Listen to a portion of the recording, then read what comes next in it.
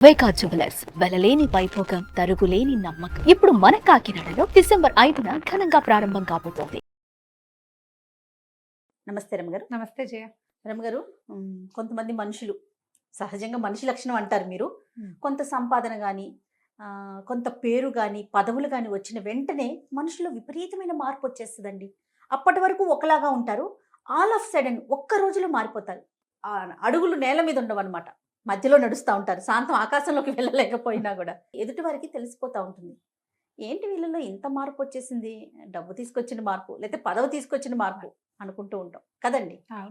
కానీ ఆ లక్షణం మంచిది కాదేమో అనిపిస్తుంది నాకు. మంచో చెడో ఇక వాళ్ళ అది రకం మధ్యలో అంతే. వచ్చిన వాళ్ళు మరీ ముఖ్యంగా మరీ మారిపోతారు. ఎక్కువ. అవును. సహజంగా ఉన్న వాళ్ళు ఎప్పుడు నార్మల్ గానే ఉంటారు, గొప్పలు చెప్పుకోరు. అంటే 100 సార్లు వాళ్ళు మా అలా తాతలు, కాదు. మూతులు నేతులు ఇదే గొప్పలు చెప్పుకుంటూనే ఉంటారండి. అంటే అలా కాదులే జయ. ఇప్పుడు సహజంగా వాళ్ళ తీరేదో కొంతమంది అలాగే ఉంటారు. ఆ, కొంతమంది ఇలా మధ్యలో వచ్చిన వాళ్ళు అలా డౌన్ టు ఎర్త్ ఉండలేకపోతారు. నడమంత్రపు సిరి నరాల మీద పుండు అంటారు. ఓ, ఆగనివ్వదు అనమాట. అది ఆ, వెళ్ళి నేల మీద ఉండనివ్వదు. ఇక అంతే సంగతి. కొంతమంది తీరు ఉమ్, చెప్పలేకపోతాం. అది మంచా చెడా అంటే దాని మీద డిస్కషన్ పెట్టలేం మనం. ఉమ్. వాళ్ళ తరహా అది. కొంతమంది చూడు ఎంత వచ్చినా అప్పుడు ఏమొచ్చినా మాట మారరు. కూడా ఇసిరేస్తారు రమ్మగారు. విసిరేస్తారు. అది సరే, మంచో చెడో వదిలేద్దాం. అవును. వాళ్ళ మంచి వాళ్ళకే ఉంటుంది, వాళ్ళ చెడు వాళ్ళకే ఉంటుంది. కానీ మాట ఇసురు అనేది ఎదుటి వాళ్ళకి చాలా బాధ అనిపిస్తుందండి, కాదంటారా? అవును. ఏదో వీటికి నడమంత్రం అనుకుంటారు. అనుకుంటారు. అంతే. వాడితో పని ఉన్నప్పుడు ఇంకేం చేయలేరుగా, చచ్చినట్టు వాడి దగ్గరే చెప్పలేకపోతాం కదా. దీని మీద ఒక మంచి కథ ఉంది, చెప్తాను జయ. ఓ, మన పాతకాలపు గాథల్లో చాలా కథలు చూస్తాం మనం. సినిమాల్లో కూడా ఓ ఆ. 3-4 అన్నదమ్ములు ఉన్నారనుకో, ఒకడు చాలా మంచివాడు, ఒకడు చాలా తెలివైన వాడు, అలా కనపడతారు. పెద్దవాడు చాలా మంచివాడు, మిగిలిన వాళ్ళంతా స్వార్థపరులు. ఉమ్, లేదా పెద్దవాళ్ళంతా అదో రకంగా ఉంటారు, ఆఖరి వాడు చాలా బుద్ధిమంతుడుగా ఉంటాడు. వాడు బేసిక్ చెడ్డవాడిగా కనపడతాడు, ఉమ్. కానీ చివరికి వాడు మంచివాడిగా టర్న్ అయ్యి కనపడతాడు. అవును. నువ్వు ఏ కథ సినిమా కథలు తీసుకో ఇలాగే ఉంటాయి. పెద్దవి చిన్నవి సినిమాలు తేడా లేవు, పాతవి కొత్తవి కూడా. అలా ఉండకపోతే మనం యాక్సెప్ట్ చేయలేము, చేయలేము. మనసుకు కూడా నచ్చదు. హ్యాపీ ఎండింగ్ ఉండాలి కదా మనకి. సాధారణంగా స్వార్థపరులు ఉన్న ఇంట్లో మంచి వాళ్ళు ఉండేందుకు అవకాశం లేదు. అందరూ అలానే ఉంటారంటారా? డెఫినెట్ గా. పై వాళ్ళంతా స్వార్థపరత్వం కాబట్టి చిన్నవాడు అదే కదా నేర్చుకుంటాడు జయ. అవునా కాదా? లక్షణాలు మారవంటారా ఏమీ రమగారు? మారవు. అవన్నీ సినిమాటిక్, ఓన్లీ స్టోరీస్ లో ఉంటాయి అవి. వీళ్ళకు కూడా ఎంతో కొంత స్వార్థం ఖచ్చితంగా ఉంటుంది. పెద్దవాళ్ళందరూ మంచివాళ్ళు అనుకో, చిన్న పొన్న స్వార్థపరత్వాలున్నా కొంత మంచితనం అలవాటు అవుతుంది చూడు. ఉమ్, ఉమ్. అలవాటు అవుతుంది. ఆ అలవాటు ప్రకారం మంచితనం ఉంటుంది. ఓకే. ఈ స్వార్థపరత్వాలు, చెడ్డతనాలు, సొంతం చూసుకోవటాలు, సెల్ఫిష్గా ఉండటాలు, బేసిక్ థింగ్స్ అవి ఇళ్లలో ఉన్నాయి అంటే ఉమ్, పిల్లలకి వచ్చేస్తాయి. ఆటోమేటిక్ గా. చాలా కష్టం అవి పోగొట్టుకోవటం. పోగొట్టుకోవాలని కూడా అనుకోరు, ఇది చెడ్డది, ఇది పోగొట్టుకోవాలని భావించరు కూడా అది మనుషులు. వాళ్ళకి క్యాజువల్ గా ఉంటుందేమో బహుశా. క్యాజువల్గా ఉంటుంది. పూర్వం అంటే ఒక పల్లెటూరులో 3 అన్నదమ్ములు ఉండేవారు. వాడు సూర్యవర్ధనుడు, చంద్రవర్ధనుడు, బాలవర్ధనుడు. సూర్యుడు, చంద్రుడు, బాలుడు అని పిలుచుకునేవాడు. అయితే వీళ్ళకి ఏమి ఆస్తి స్వాస్తి ఏం లేదు. అమ్మా నాన్న చిన్నప్పుడే పోయారు. ఒక పెద్ద మామిడి చెట్టు ఉండేదట.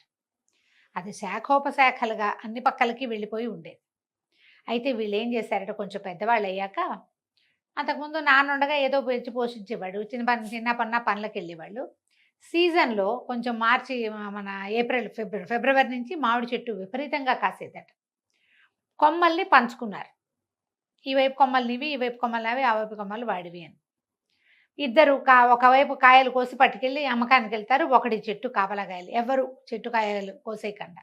ఎండాకాలం అంతా చెట్టుకి అది సంవత్సరం అంతా పోషణ చేసి, ఎండాకాలం అంతా కాసిన కాయలు పళ్ళు అమ్ముకునేవాళ్ళు. ఆ డబ్బులు జాగ్రత్త పెట్టుకుని ఏడాదంతా గడుపుకునేవాళ్ళు అనమాట. రోజుకు ఒకటి చొప్పున ఇంటి చెట్టుకి కాపలా ఉండేవాళ్ళు. ముందు చిన్నవాళ్ళు ఇద్దరు పళ్ళు తీసుకెళ్ళారు, పెద్దవాడు కాపలా కాస్తుంటే ఒక ఆయన ముసలాయన కొంచెం సాధువు ఫకీర్ లాగా ఉన్నాడు. ఆయన వచ్చి, బాబు ఎండకి చాలా ఆకలిస్తుందిరా నాయన, ఇక్కడెక్కడ నీళ్ళు లేదు, చెట్టు కింద కూర్చుంటానంటే కూర్చోమన్నాడు. ఏదో పొంతలో నీళ్ళు ఉంటే కాసిన నీళ్ళు ఇచ్చాడు.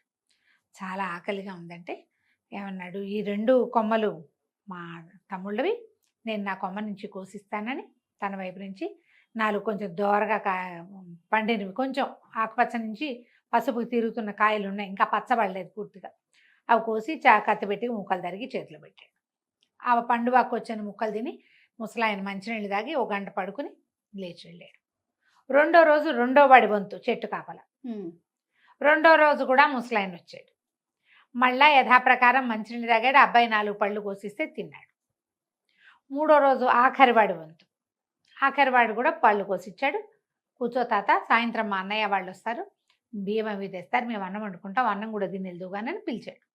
ఆయన అన్నాడు, ఒరే మీ అన్నయ్య వాళ్ళిద్దరిని రాని నేను చెప్తాను అన్నాడు. అన్నయ్య వాళ్ళిద్దరు వచ్చాక వాళ్ళతో పాటు అన్నం తిని ఏమన్నాడు, మీరు వాళ్ళు మంచివాళ్ళరా, మీకున్న కాస్తలోనే వచ్చిన వాడికి ఏదైనా పెట్టాలని అనుకుంటున్నారు, మీకు ఏదైనా మేలు చేస్తాను, నాతో పాటు రండి అని ముగ్గురిని వెంబడబెట్టు తీసుకెళ్ళాడు. ఓకే. అట్లా నడుచుకుంటూ నడుచుకుంటూ నడుచుకుంటూ నడుచుకుంటూ పోయారు. ఎక్కడికో నడిచారు. నడుచుకుంటూ వెళ్తుంటే ఒక ఏరు అడ్డం వచ్చిందట. నది, అది ఎక్కడదో ఇటు పక్కకి వస్తుంది.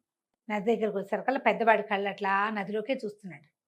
ముసలాయన అడిగాడు, ఏమిట్రా నాయన అట్లా చూస్తున్నావు, నీకు ఇంకా కోరిక కలుగుతుందంటే, ఈ నదిలో నీళ్ళన్నీ పాలైపోతాయి, చక్కగా పెరుగు తోడుపెట్టి మీగడ తీసి వెన్న చేస్తే పాలు అమ్ముకోవచ్చు, పెరుగు అమ్ముకోవచ్చు, వెన్న అమ్ముకోవచ్చు, మీగడ అమ్ముకోవచ్చు, నెయ్యి అమ్ముకోవచ్చు అన్నాడు. అనేసరికల్లా అంతే కదా, తీరిపోతుంది నీ కోరిక, ఇవన్నీ పాలైపోతాయి పోమన్నాడు. ఈ వైపుకి పారే ముక్కంతా పాలేట. ఇంకా ఈ చిన్న వాళ్ళిద్దరిని వెంబడి పెట్టుకుని ముసలాయన ఇంకా ముందుకు తీసుకుపోయాడు. ముందుకు తీసుకెళ్తే ఒక పెద్ద మైదానం వచ్చిందట. మైదానం నిండా పావురాలే. అన్నీ ఇప్పుడు మనం కొన్ని చోట్ల చూస్తాం, పావురాలన్నీ వాళ్ళ నేల మీద పొడుచుకొని తింటూ ఉంటాయి. అవునవును. ఆ పావురాలను చూసేసరికి ఆగిపోయాడట రెండో అబ్బాయి. ముసలాయన అడిగాడు, ఏం ఐడియా వచ్చింది నీకంటే, ఈ పావురాలన్నీ గొర్రెలు అయిపోతాయి, ఇన్ని వేల పావురాలు ఉన్నాయి, ఇన్ని వేల గొర్రెలు అయితే చక్కగా ఉన్ని వ్యాపారం చేసుకోవచ్చు, గొర్రెలు కాసుకోవచ్చు, గొర్రెలు అమ్మితే కూడా లాభం వస్తుంది, అట్లాంటి కోరికలు ఎట్లా తీరుతాయి తాత అంటే, ఎందుకు తీరవరా, పో నీకు ఇవన్నీ గొర్రెలు చేసిస్తానన్నాడు. మొత్తం గొర్రెలు అయిపోయింది. గొర్రెలు అయిపోతే సరే మూడో వాడిని వెంబడి పెట్టుకుని ముసలాయన నడవటం మొదలుపెట్టాడు.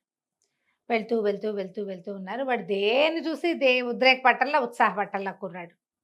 ఆయన అన్నాడు, ఎరా ఎంత నడిచినా ఏ కోరికలు పుట్టబెంటరా మీ అన్నయ్యలాగా, నీకంటే నా కోరిక తీరే కోరిక కాదు, రాజుగారి పట్టపు రాజుగారి కూతుర్ని పెళ్లి చేసుకోవాలని ఉంది నాకు, ఒక మాట ఎప్పుడో చూశాను, ఇవన్నీ ఏముంది అవే వస్తాయి అనేసరికి ఈయన అన్నాడు, అంతే కదా, రాజు కూతుర్ని పెళ్లి చేసుకోవాలి, నీ సులువుగా నీ పని అయిపోతుందని చెప్పాడు. అక్కడి నుంచి ఈయన అన్నాడు, పద నిన్ను రాజుగారి దగ్గర తీసుకెళ్తానని రాజుగారి దగ్గరికి ఈ కుర్రాన్ని వెంబడి పెట్టు తీసుకెళ్ళాడు. మీ పిల్లని వీడికి ఇచ్చి పెళ్లి చేయండి అని చెప్పడానికి. అయితే అక్కడ ఆల్రెడీ ఇద్దరు పెళ్లి కొడుకులు సిద్ధంగా ఉన్నారు. రాకుమారిని పెళ్లి చేసుకోవడానికి వచ్చింది వాళ్ళు. రాజు అన్నాడు, నువ్వు గొప్ప సన్యాసివి, చాలా గొప్పవాడి, నువ్వు తెచ్చిన కుర్రాన్ని నేను కన్సిడర్ చేయవలసిందే, కాకపోతే ఇంకో ఇద్దరు ఉన్నారు కదా, ముగ్గురు, ఈ ముగ్గురులో ఎవరో మంచి పెళ్లి కొడుకు మీరే నిర్ణయించండి అన్నాడు. ఈయన అన్నాడు, సరే అమ్మాయికి ఒకసారి చూపిద్దాం, ముందు వీళ్ళ ముగ్గురు నేను చూపించారు. చూపించాక 3 గులాబీ మొక్కలు తెప్పించాను, 3 మీద ముగ్గురు పేర్లు రాద్దాం, చెట్టుకు చీటీ కడదాం, దానికి పేరు ఉంటుంది, ఆ చెట్లని రాకుమారితోటి పాతి పెట్టించండి, రేపు ఉదయం ఏ చెట్టు పువ్వు పూస్తుందో వాడికి ఈ అమ్మాయి నుంచి పెళ్లి చేయాలి, అప్పుడు అమ్మాయి జీవితం బాగుంటుంది. రాజుగారికి ఏంటంటే తనకంటే పెద్దవాడికి పెళ్లి చేసే ఉద్దేశం లేదు, కూతుర్ని ఇవ్వడం ఇష్టం లేదు, ఎవరో ఒకడు కొంచెం యోగ్యుడైన వాడికి ఇచ్చి రాజ్యానికి రాజు అవుతాడు వాడు. ఓకే. సరే ఏమైంది, 3 గులాబీ చెట్లు తెప్పించారు, రాజకుమారితోటి ముగ్గురు పేర్లు రాయించి కట్టించారు, తర్వాత గొప్పలు తవ్వి రాజకుమారితోటి మొక్కలు నాటిపించారు. తెల్లవారేసరికల్లా ఈ సన్యాసి గారి మహత్యంతో ఈ బాలవర్ధనుడు ఉన్నాడు కదా, అతని పేరు రాసి ఉన్న చెట్టుకి గులాబీ పువ్వు పూస్తుంది. రాజుగారు ఒప్పుకున్నాడు. ఒప్పుకొని బాలవర్ధనుడికి ఇచ్చి పెళ్లి చేశారు. అయితే ఆ రాజ్యంలో రూల్ ఏంటంటే, ఇట్లా కొత్తగా పెళ్ళయి రేపొద్దున రాజ్యానికి రావాల్సిన వాళ్ళు 5 సంవత్సరాలు అడవిలో బతకాలి. ఒక ఇల్లు కట్టించి ఇస్తారు, కందమూలాలు తవ్వుకుంటూ అడవిలో జంతువులను వేటాడుకుంటూ ఏదైనా చేసుకుంటే వ్యవసాయాన్ని ఓపి కొద్దీ చేసుకోవచ్చు. రాజకుమారుడు రాజకుమార్తె వాళ్ళిద్దరే ఉండాలి, అదే భార్యాభర్త. వీళ్ళని అడవికి పంపేశారు పెళ్ళైన 16వ రోజున. సరే కొంతకాలం గడిచిన తర్వాత ఈ ముసలాయన ఏం చేశాడు, ఈ ఫకీర్ గారు మా పెద్దవాడి దగ్గరికి వెళ్ళాడు. అక్కడ మంచి బ్రహ్మాండంగా ఉంది బిజినెస్, మామూలుగా లేదు వ్యవహారం. పాలు కాచేవాళ్ళు కాస్తున్నారు, తోళ్ళు పెట్టేవాళ్ళు పెడుతున్నారు, మజ్జిగలు జిలికేవాళ్ళు, వెన్నలు తీసేవాళ్ళు, నెయ్యి కాగబెట్టేవాళ్ళు, ఆ నేతిని డబ్బాల్లో పోసి అమ్మేవాళ్ళు, బోల్డని బళ్ళు, వ్యవహారం ఎంత డబ్బు వచ్చిందో అంత డబ్బే అక్కడ. ఈ వస్తువులన్నిటితో పాటు పాలు బై ప్రోడక్ట్స్తో పాటు డబ్బు. సరే నేనేం చేశాడు, అందరినీ పలకరించుకుంటూ పోయి ఆ పెద్దవాడైనటువంటి సూర్యవర్ధనుడిని, ఏరా నాయనా బాగున్నావా ఏమిటి అనేసరికల్లా, ఓ బ్రహ్మాండంగా ఉన్నాను, చాలా బిజీగా ఉన్నాను, ఇప్పుడు నీతో మాట్లాడలేను అన్నాడు. నాతో మాట్లాడదురా, 4 చెంబులు మజ్జిగ ఇప్పించు, చిక్కటిది మజ్జిగ తాగాలని ఉందన్నాడు. అనేసరికల్లా వీడన్నాడు, మజ్జిగ ఎక్కడ ఉంటుంది, ఏముండదు, అంతా బయటికి వెళ్ళిపోతుంది, మజ్జిగ అంతా బయటికి వెళ్ళిపోతుంది, పైగా చిక్కటి మజ్జిగ అసలు దొరకదు, ఇప్పుడు చేయి ఖాళీ లేదు, నువ్వు పైకి వెళ్ళిరా, ఖాళీయే లేదు మాకు అనేసరికి ఈయన అన్నాడు, అదేమిటి ఈ పాలది ఎక్కడి నుంచి వచ్చింది? అతనే కదా ఇప్పించింది. నువ్వు అంత ఆగలేనితనం వచ్చిందా నీకు అంటే, ఇందులో ఆగలేనితనం ఏముంది, మజ్జిగ ముంతలతోటి తీసి ఇక్కడ పెట్టాం, కుండలతోటి చేస్తాం, కుండ బయటికి వెళ్ళిపోతుంది అమ్మకానికి. మజ్జిగ చేస్తారు, వెన్న తీసేస్తారు, మజ్జిగ అమ్మకానికి వెళ్ళిపోతుంది. నీకోసం చిన్నగిన్నెడు యువతలు పెడితే అప్పుడు ఏదైనా 4 ముంతలు ఇవ్వగలను, నా వల్ల కాదు, అవన్నీ ఇవ్వలేను నేను, నాకు ఇప్పుడు పైగా చేయి ఖాళీ లేదు, నువ్వు వెళ్ళిరామనగానే ముసలాయన అన్నాడు, నీకు ఆగలేనితనం వచ్చేసిందిరా, నువ్వు హాయిగా నువ్వు మామిడి చెట్టు కాపలా కాసుకుని కాయలు కోసుకునే రోజుల్లోనే మంచివాడివిగా ఉన్నావు, నువ్వు అక్కడికే వెళ్ళిపోని కమండలం నుంచి నీళ్లు తీసి చల్లాడు. చల్లంగానే పాలు లేవు, పాలకడలి లేదు, మజ్జిగ లేదు, కుండలు లేవు, మనుషులు లేరు, ఏమీ లేదు, సమస్తం వెనక్కి వెళ్ళిపోయింది. మామిడి చెట్టు దగ్గర ప్రత్యక్షం అయిపోయాడు పెద్దవాడు. అయిపోయింది. ఈయన రెండో వాడి దగ్గరికి నడిచి వెళ్ళాడు. వెళ్ళేసరికి రెండో వాడు చాలా ఉత్సాహంగా ఉన్నాడు. గొర్రెలు మామూలుగా ఎడారి నిండా ఉన్నాయి కదా, ఆ మైదానం నిండా దానికి త్రిబులైనాయి. గొర్రెలు ఊరుకుంటాయి ఏమంటే, ఏడాదికో 2 ఏళ్ళకో పిల్లల్ని పెట్టవు, ఎన్ని గొర్రెలో. మంచి ఉన్ని తీసేవాళ్ళు, నేసేవాళ్ళు, కంబళ్ళు నేస్తున్నారు అక్కడ.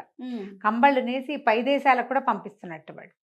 పంపిస్తుంటే ఈయన వెళ్ళి, ఒరే చలికి ఆగలేకపోతున్నాను నాయన, ఒక కంబళి ఇప్పించు నాకు అని అడిగాడు. అడిగేసరికల్లా ఇతను అన్నాడు, కంబళి కాదు, చిన్న ముక్క కూడా ఇవ్వలేను, ఎందుకంటే ఇవన్నీ బయటికి వెళ్ళిపోయేవి, ఇందులో నుంచి ఒకటి తీస్తే లెక్క తగ్గిపోతుంది, 100 ఇస్తామన్నా 100 ఒకటి తీసామనుకో 99 అవుతుంది, కాబట్టి ఇప్పుడు ఏం కుదరదు, రేపో మాపో కనపడు, కొంచెం గొర్రెబొచ్చి ఇప్పిస్తా, ఎక్కడైనా నేర్చుకోను, మా దగ్గర కుదరదు, మాదంతా ఎక్స్పోర్ట్ క్వాలిటీ, చిన్న చిన్న పనులు చెయ్యం మేమన్నాడు. పాత కంబళి ముక్క కూడా ఇవ్వలే ఆయనకి. ఇవ్వకపోయేసరికల్లా ఏం చెప్పాడు, సరే నువ్వు కూడా అలాంటి వాడివే, మీరు మామిడి చెట్టు కాపలాకే పనికొస్తారు, అక్కడ ఉండగా మీకు దాన గుణం ఉంది, మీకున్న కాస్తలో పెట్టే గుణం ఉంది, ఇప్పుడు ఎంత వచ్చినా పెట్టే గుణం లేదు, నీకు మనుషులతో పాటు పెరగవలసింది ఏమిటి, పెట్టు గుణం, అంతేగా, అది పెరగాలి, నీకు పెరగలేదు, నువ్వు వెనక్కి వెళ్ళిపోమని మొత్తం నీళ్ళు చల్లాడు. ఆ మొత్తం గొర్రెలన్నీ మంత్రజలం తగలంగానే పౌరాలు అయిపోయినాయి, ఎక్స్పోర్టు లేదు, ఇంపోర్టు లేదు. ఇంకా రెండో వాడు పోయాడు. ఈయన మూడో వాడి దగ్గరికి వెళ్ళాడు. వీళ్ళు ఒక చిన్న సరస్సు తీరంలో ఒక గుడిసె లాంటిది కాస్త పెద్దదే వేసుకుని భార్యాభర్త ఉంటున్నారు. వీళ్ళని చూడంగానే వాళ్ళు ఏం చేస్తున్నారు, కందమూలాలు దుంపలు తవ్వుకుని ఉడకబెట్టుకుంటారు, కొద్దిగా ఊసబియ్యం అవి దొరుకుతాయి అడవిలో, ఏదో కొంచెం వండుకుంటారు, రకరకాలు చేసుకోలేరు, పనివాళ్ళు గినివాళ్ళు లేరు. ఈ ఫకీరు ఈయన వృద్ధుడు వచ్చేసరికల్లా, వచ్చావా తాత, ఎంతకాలం అయింది నిన్ను చూసని ఆ కుర్రాడు బాలవర్ధనుడు ఎదురొచ్చాడు. ఆ అమ్మాయి కాళ్ళకి నీళ్ళు తెచ్చిచ్చింది, ఆకలిస్తుందంటే సరే మేము వండుకున్నాం, మాతో పాటే తిందుగాను నువ్వని.